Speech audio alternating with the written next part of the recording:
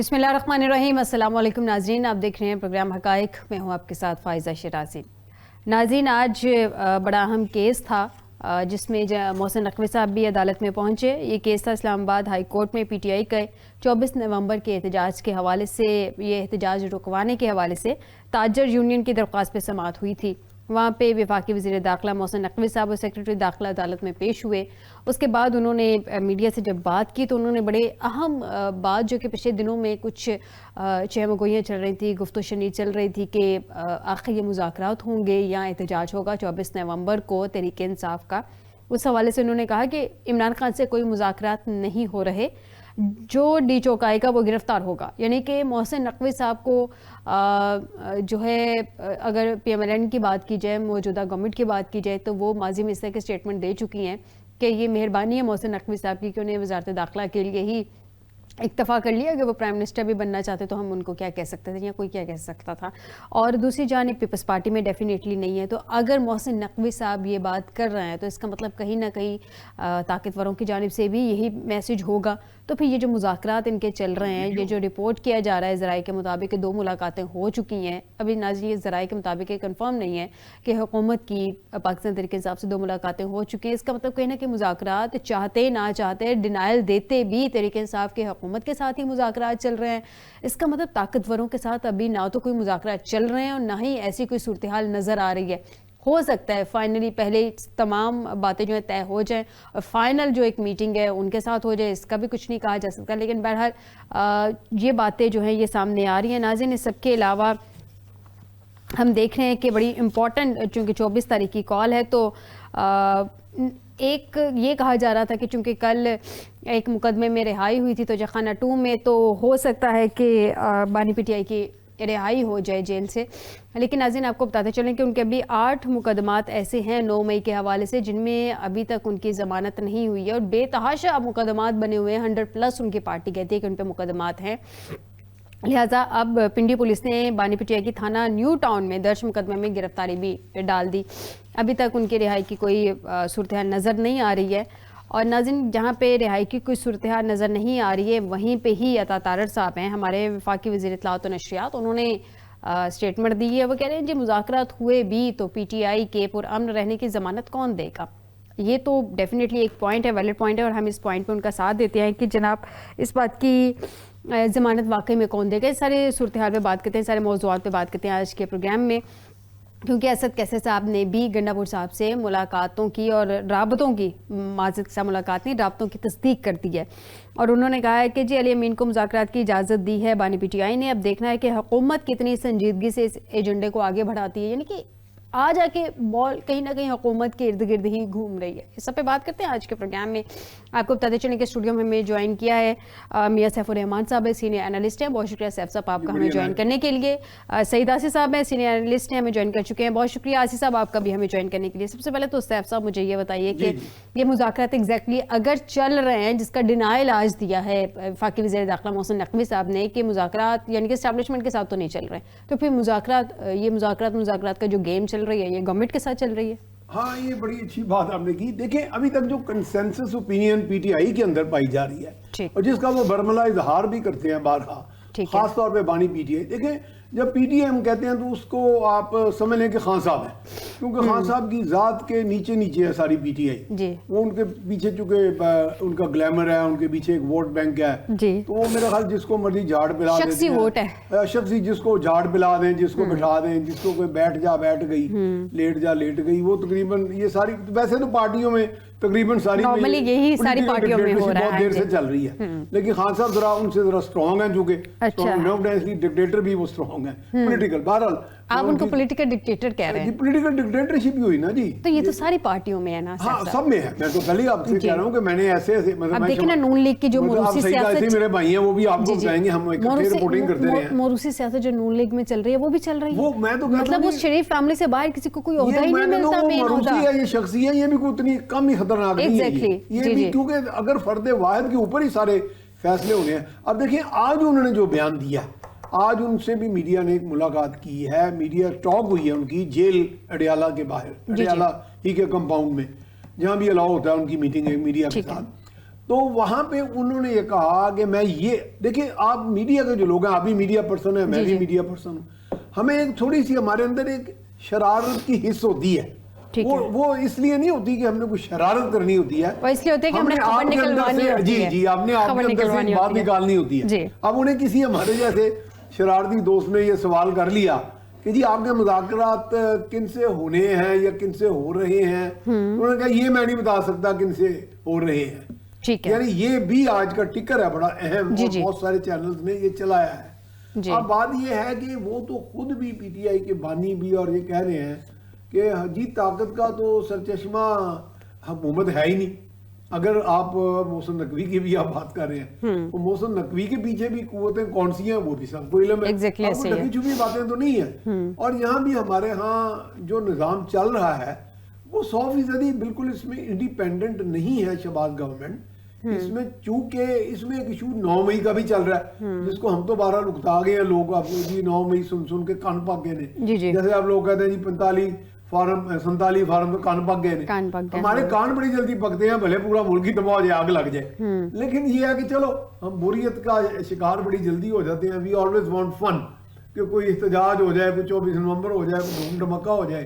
تو یہ میرا خیال ہے سیاست میں ابھی تک تو کوئی سنجیدہ کوئی ایسی بات چیت ہی نہیں ہوتی. کوئی دو اگر بڑے لیڈر ڈیبیٹ بھی کر لیں تو اس میں صرف وہ تم گندے ہو تم اچھے ہو، یہ ایک دوسرے کو برا بھلا کہنے کی سیاست ہے. بھی ہوتا ہے لیکن ساتھ کچھ کہہ بھی دیتے ہیں لوگ کہ جی دیکھو میرا بات بھی ہو جاتی ہے، میرا یہ پروگرام ہے کہ تم نے اس پروگرام میں یہ کیا. اب آج ہم ایک پروگرام کر رہے تھے ٹی وی میں، تو میں اس میں اینکر تھا، تو میں نے پوچھا ایک فورن افیئرس کے ایکسپرٹ سے کہ جی ٹرمپ صاحب کے آنے سے کیا ہوگا. انہوں نے کہا جی شاید آپ کو پتہ نہیں ہے کہ یوکرین کی کو جتنا بھی اسلحے سے لیس کیا گیا وہ بائیڈن کے دور وہ ٹرمپ کے دور میں کیا گیا تھا، جو ٹرمپ کا پہلا دور تھا. ٹھیک ہے، بعد میں بائیڈن کے دور میں وہ پھر انٹینسیفائی ہو گیا. انہوں نے کہا جی کہ بہت سی چیزوں میں وہ تقریباً ایک ہی جیسی ان کی پالیسی ہے، ایک جیسی، لیکن اس میں میتھڈ تھوڑا سا ان کا ڈیفرنٹ ہے. آصف صاحب کو شامل گفتگو کرتے ہیں. سعید آصف صاحب، سب سے پہلے اس سے پہلے کہ میں سیاست پہ آپ سے گفتگو کروں سر، آج کرم میں مسلح افراد کے مسافر گاڑیوں پہ فائرنگ سے 38 افراد جو ہے جاں بحق، ابھی تک کی رپورٹ سامنے آ رہی ہے، متعدد زخمی ہو گئے. سر یہ ظاہر سی بات ہے کہ پوری قوم کو متحد ہونا پڑے گا دہشت گردی کے خلاف. ہم اتنی جانیں قربان کر چکے ہیں، اتنی قربانیاں دے چکے ہیں، ہمارے سیاستدان اپنی آپسی لڑائیوں کو چھوڑ کے ملک کی بہتری کے لیے، دہشت گردی کے لیے یکجا کبھی ہوں گے؟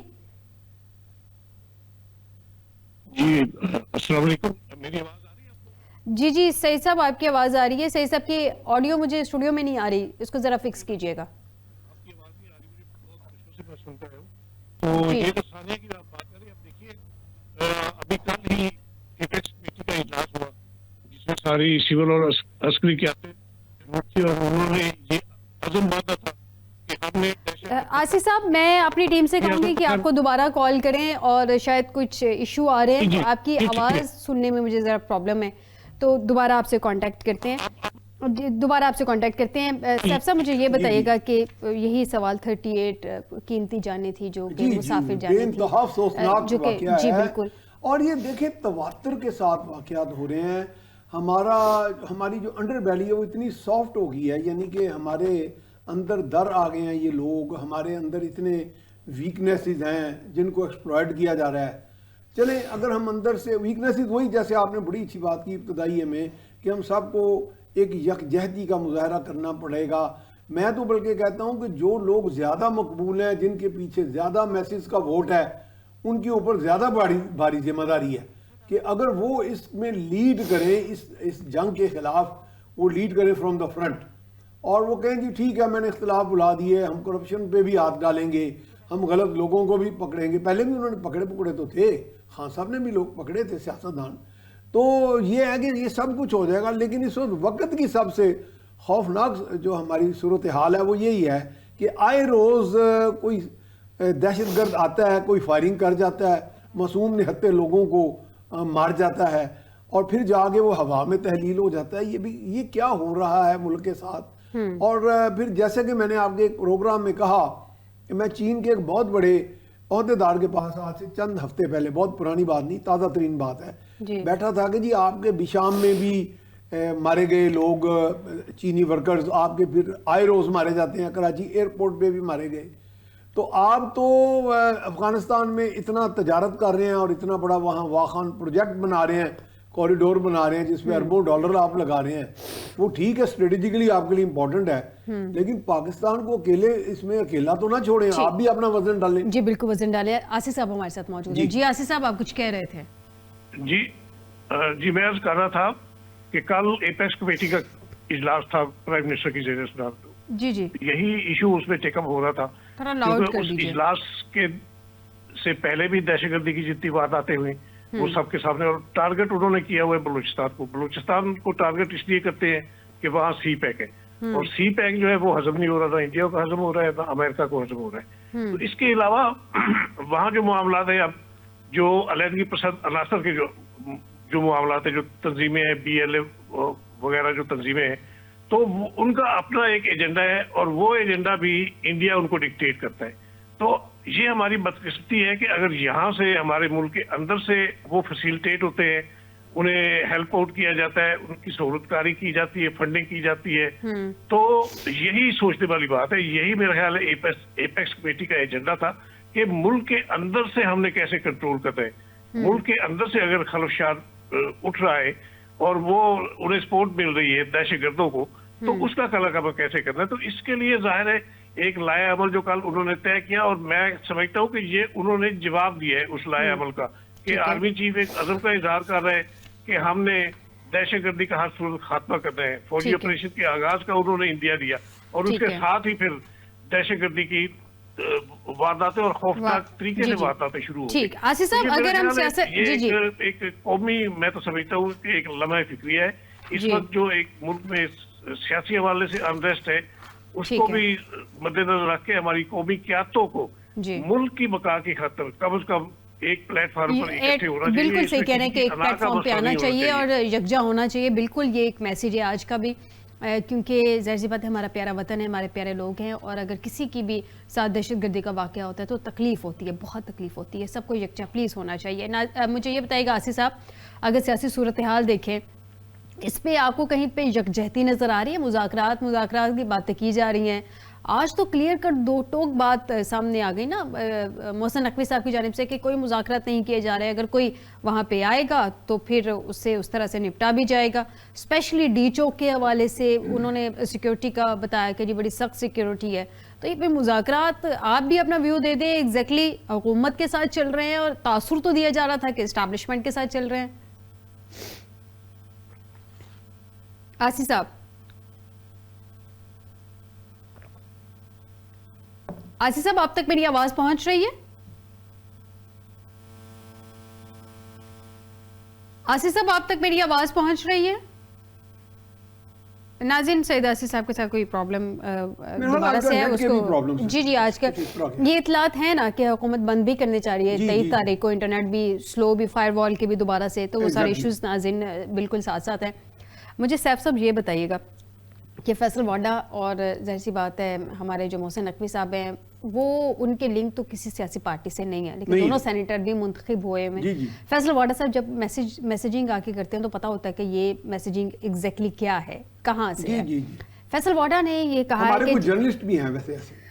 جی میں آپ کو اندر کی بات بتا رہا ہوں, چلیں آپ سعید آصف صاحب نہیں ہیں, کچھ پردہ رہنے دیں. اچھا, فیصل واڈا صاحب کی اسٹیٹمنٹ ہے, وہ کہہ رہے ہیں کہ عمران خان کی رہائی کی امید نہ رکھیں, ان کی مشکلات بڑھیں گی. یعنی کہ اس کا مطلب یہ جو 24 تاریخ کو احتجاج کرنے جا رہے ہیں, فائنل کال کا اس کو ٹائٹل دیا گیا ہے ڈو اور ڈائی کا, کہ جناب ہم ہر صورت جو اپنے مذاکرات یا اپنے مذاکرات نہیں ہوتے تو اپنے مطالبات منوائیں گے. تو یہ مشکلات میں کمی ہے, اضافہ ہے, کیا ہے؟ جی سیاست میں کوئی چیز فائنل تو ہوتی نہیں ہے, لیکن تحریک انصاف نے تو فائنل کر دی نا. وہی میں کہہ رہا ہوں کہ اگر اس میں یہ کوئی سیاست تو نہیں پھر کھیلی جا رہی, یہ تو ایک ایسا ہے کہ ایسی ڈگر کا اختیار کیا جا رہا ہے جس میں صرف اور صرف یہ ایک ہی سوچ ہے کہ ہم چونکہ سب سے بالاتر ہیں, ہم سب سے زورآور ہیں, میرے پیچھے عوام ہے, میں جو اکیلا فیصلہ کروں گا یا میری پارٹی, وہ سب کو ماننا پڑے گا. اب دیکھیں جو سٹیک ہولڈر ہوتے ہیں ملک میں, کچھ مقتدرہ قوتیں ہیں, ان کی تو یہ ہمیشہ ان کا عمومی رویہ ہی یہ رہا ہے کہ وہ آرام سے تو کسی کی دھمکی قبول نہیں کرتے. پھر بالخصوص چلیں یہ کون سا اپنے ملک کے اندر ہی اگر آپ ایک غدر کسی کیفیت پیدا کر کے بیٹھ جائیں گے, اور اس سے چونکہ دیکھیں اس سے افواج کو یا ہماری اسٹیبلشمنٹ کو اس طرح اتنا بڑا فرق نہیں پڑتا, وہ اپنی جگہ انٹیکٹ ہے. لیکن بات یہ ہے کہ کوئی third party, fourth party, fifth party, اب یہ جو کرم کا آپ نے واقعہ بتایا, اس طرح کا کوئی اور واقعہ ہو جائے, اگر کسی جگہ پہ 10,000 50,000 لوگوں کا مجمع لگتا ہے تو وہاں کیا کچھ نہیں ہو سکتا. وہ پارٹیز تو انتظار میں ہوتی ہیں, رو ہو گئی, NDS ہو گئی افغانستان کی, ایون طالبان TTP ہو گئے, وہ تو ان چیزوں کا انتظار کر رہے ہوتے ہیں کہ کہیں جمگٹا لگے. آپ کو یاد ہے لاہور کا جو مال روڈ پہ جہاں پہ DIG کی SHP کی شہادتیں ہوئی تھی, تو وہ ایک فارماسیوٹیکل کمپنیز کے کچھ لوگوں کا کوئی احتجاج تھا, اس احتجاج کا فائدہ اٹھاتے ہوئے وہ بلاسٹ ہو گئے, وہ آگے ان کے سوئسائڈ بمبر. اور اس کا لیکن ہمارے ملک میں سیف صاحب, میں آپ کی بات کو سیکنڈ کرتی ہوں, لیکن آصف صاحب ہمارے ملک میں اگر دہشت گردی کی سچویشن کو دیکھیں تو آئیڈیل تو کبھی بھی نہیں رہی, ہمیشہ دہشت گردی کے خطرات تو منڈلاتے رہتے ہیں, اور پاکستان نے نو ڈاؤٹ ایک بڑی جنگ اس دہشت گردی کے خلاف کی ہے. تو کیا اگر کوئی سیاسی جماعت سیاسی طور پہ پروٹیسٹ کرنا چاہ رہی ہے تو پھر اس کا مطلب ہمارے ملک میں آئین تو اجازت دیتا ہے, حالات اجازت نہیں دیتے؟ جی اب مجھ سے پوچھنی ہے. جی آصف صاحب. جی ہاں, اچھا اس میں دیکھیے نا, یہ تو پورا پس منظر ہے نا دہشت گردی کا, جو ہم پچھلی 3 دہائیوں سے جو بھگت رہے ہیں دہشت گردی کو. اس میں 2003 سے 2001 سے جب یہ 9/11 کا واقعہ ہوا تھا امریکہ میں, تو اس کے بعد جس طرح اس وقت جو ہمارے جو حکمران تھے مشرف صاحب, تو انہوں نے ایک ٹیلی فونک کال پہ وہ سرنڈر ہو گئے امریکہ کے آگے, اور انہوں نے فرنٹ لائن اتحادی بننا قبول کر لیا. تو یہ جو اس کے بعد جو دہشت گردی ہماری سرزمین پہ شروع ہوئی, وہ اس کا ریئیکشن تھا. اس میں آپ دیکھیے جو انتہا پسند تھے افغانستان میں, جن پر وہ جنگ, وہ نیٹو فورسز کی جنگ ان پر مسلط ہوئی تھی, تو اس کا بھی ایک ریئیکشن تھا, اس جنگ کا بھی ایک ریئیکشن تھا. تو اس جنگ میں جب انہوں نے دیکھا کہ پاکستان فیسیلیٹیٹ کر رہے تھے نیٹو فورسز کو, امریکہ کو, تو وہ ریئیکشن پھر زیادہ شدید طریقے سے ہماری طرف آیا. اس میں پھر ظاہر ہے سوئسائڈل اٹیکس بھی ہوئے, دہشت گردی کی دوسری بات. لیکن آصف صاحب یہ تو ایک بیک گراؤنڈ ہے نا, جس کو ڈیفینیٹلی سارے جانتے ہیں, مسئلہ بڑے اچھے طریقے سے آپ اس کو بتا رہے ہیں. لیکن پرابلم یہ ہے کہ ہمارا آئین اجازت دیتا ہے پرامن احتجاج کی, تو ملک میں یہ جو لہر ہے دہشت گردی کی, اس کو بھی ڈینائی نہیں کیا جا سکتا. تو سیاسی جماعتیں اگر احتجاج کرنا چاہیں, اکٹھے ہونا چاہیں, تو پھر وہ کیسے ہوں؟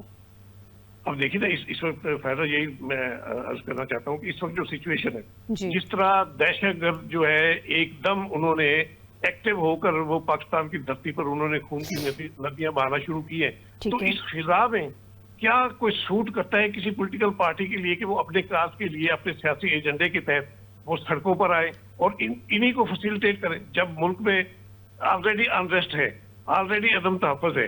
تو اس فضا میں اگر کوئی سیاسی جماعت اپنا ایجنڈا لے کر سڑکوں پر آئے گی تو انہیں ہی تقویت ملے گی نا, جو پہلے ہی ملک کی دھرتی کو اجاڑ رہے ہیں, اس کی دھرتی کو خون سے, انسانی خون سے رنگین کر رہے ہیں. تو یہ سوچنے والی بات ہے ہماری سیاسی قیادتوں کے, اور خاص طور پہ جو سیاسی جماعت اس وقت ایجیٹیٹ کرنا چاہتی ہے, دھرنا دینا چاہتی ہے اسلام آباد میں 24 نومبر کو جس طرح انہوں نے اعلان کیا ہوا ہے, تو یہ سوچ بچار کرنی چاہیے. اور اسی حوالے سے میں سمجھتا ہوں کہ ود ان پارٹی, اس میں PTI کے اندر بھی یہ ایک اپروچ ہے, موجود ہے اس کی قیادتوں میں. مثلا جو علی امین گنڈا پور ہیں یا بیرسٹر گوہر صاحب ہیں, ان کے حوالے سے یہ باتیں سامنے آ رہی ہیں کہ وہ چاہ رہے ہیں کہ کسی طریقے سے پیچ اپ ہو جائے حکومت کے ساتھ.